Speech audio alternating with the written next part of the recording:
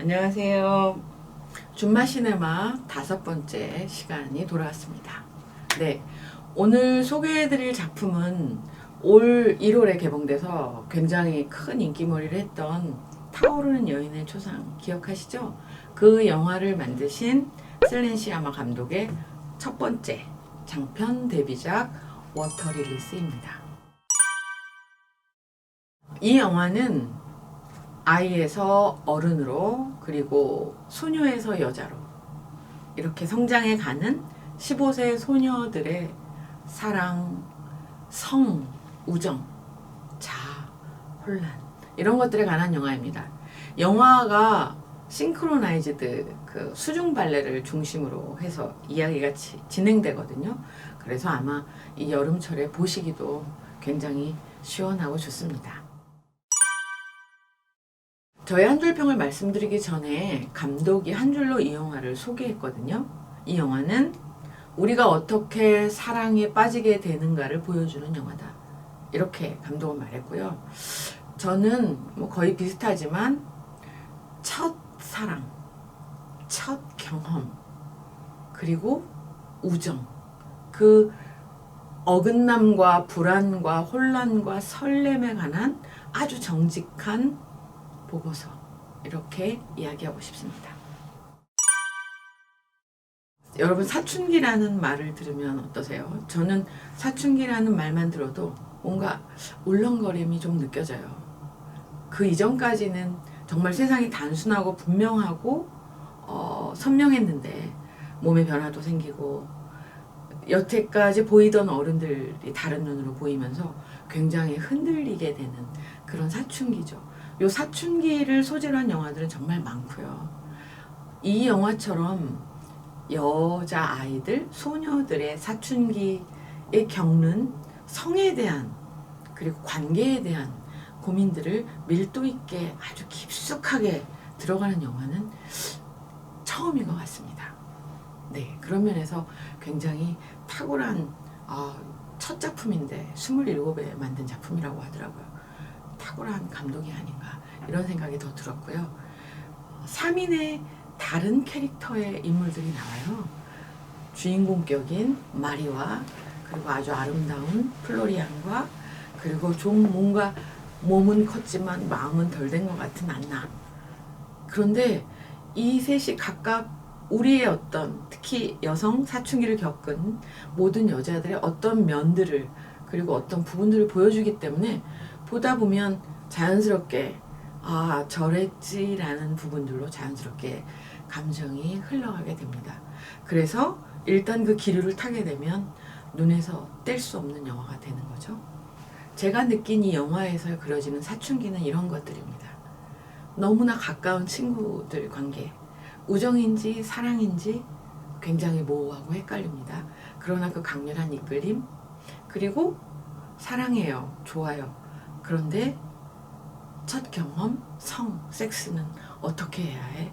이런 것 속에서의 아주 당황스러운 간극들, 그리고 예쁜 여자아이, 성숙한 여자아이, 흔히 퀸카라고 불리는 아이를 둘러싼 굉장히 뭐라 그럴까요? 성적인 대상화된 조롱들, 굉장히 만연한 이런 것들에 대한 것도 많이 살펴볼 수 있고요. 또 왜 그랬는지 알 수 없는 그런 자아에 대한 허세와 관계에 대한 열망들, 이런 것들이 아주 촘촘하게 특유의 음악과 아주 감각적인 그 수영장의 물결처럼 잘 직조돼서 그 시절 자신의 모습을 다시 한번 들여다보게 됩니다. 이 영화는 셀렌 시아마라고 하는 여성 감독이 만든 아까 서두에 말씀드린 것처럼 영화인데요. 사실 그 유명세에 비해서 우리나라는 2019년에 처음으로 타오른 여인의 초상으로 첫 소개된 감독이에요. 이 타오른 여인의 초상이 이분의 4번째 작품이고요. 그 신기하게도 마지막 작품이 우리나라에 소개되면서 역순으로 개봉이 되고 있습니다. 그래서 그 타오른 여인의 초상이 뭐 시대극이긴 하지만 성숙한 20대 성숙한 어떤 여성의 자기의 정체성에 관한 영화라면 지금 개봉된 8월 13일 개봉하는 8월 그 워터 릴리스는 15세 소녀들, 그 소녀에서 여자로 가는 그 어떤 흔들림, 그 부분이고요. 그리고 5월에 개봉했던, 저희 안타깝게도 코로나로 인해서 개봉하지 못했는데요, 정말 아쉬웠어요, 톰보이라는 영화는 소녀의 이야기입니다. 이 세 가지가 굉장히 어떤 일관성 있는 그런 일맥상통하는 어떤 흐름을 갖고 있기 때문에 같이 보시면 굉장히 좋을 것 같고요. 저는 톰보이의 풋풋함과 아름다움 굉장히 좋았어요. 보시면 더 좋을 것 같습니다. 그리고 아까 네 작품이라고 말씀드렸는데 아직 한 작품이 남았죠. 걸후드. 걸후드는 지금 현재 이 개봉 수입이 된 상태고요. 아마 올해 안에 개봉이 되지 않을까. 그러면 굉장히 신기하게도, 물론 많은 작품을 만들진 않았지만 2020년 한 해에 전 작품이 개봉되는, 그것도 역순으로, 그런 초유의 감독이 아닐까 생각이 됩니다.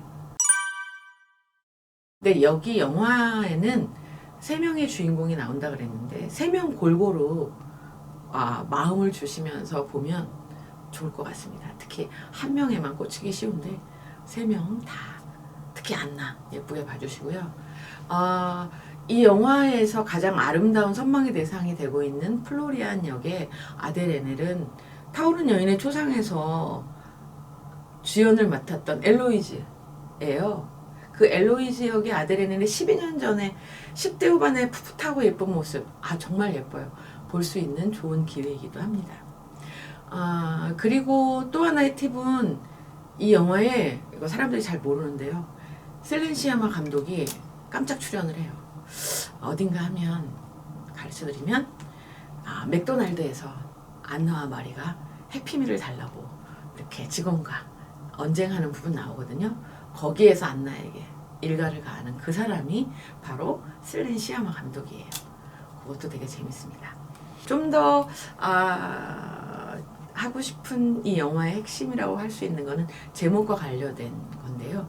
제목이 워터 릴리스잖아요. 원제는 문어의 탄생이래요. 굉장히 언뜻 보기 이상한데 제가 생각할 땐 마찬가지인 것 같아요. 마치 연꽃처럼 문어처럼 수면에 예쁘게 피어 있는데 문어는 밑에서 8개 발이 막 정신없이. 마찬가지로 이 작품의 메인 소재라고 할 수 있는 싱크로나이즈드, 그 활짝 핀, 과장될 만큼 미소와 반짝반짝한 화장, 화려한 동작들, 그런 어떤 소녀들의 모습을 물속에서 보면 정말 엄청나게 발버둥 치는 모습들이 보이죠. 바로 그런 것을 얘기하고 싶지 않았나. 그래서 그런 제목이 주어진 것 같고요. 마지막으로 제 개인적인 생각인데 이 감독님은 엔딩 장면을 진짜 잘 만드시는 것 같아요. 그래서 이렇게 보고 나면 그 엔딩의 여운에서 쭉 빠져서 이렇게 한참 생각하게 되잖아요. 타오른 여인의 초상 엄청 그랬고요. 톰보이도 역시 그랬는데 이 영화도 마찬가지예요. 마지막 엔딩 장면, 플로리안 그리고 마리 안나의 모습이 서로 다르게 이렇게 나오면서 끝나는데 그거를 한번 마리 안나는 뭐 하고 있는 걸까 생각하신다면 아주 풍성한 영화 감상이 되지 않을까 싶습니다.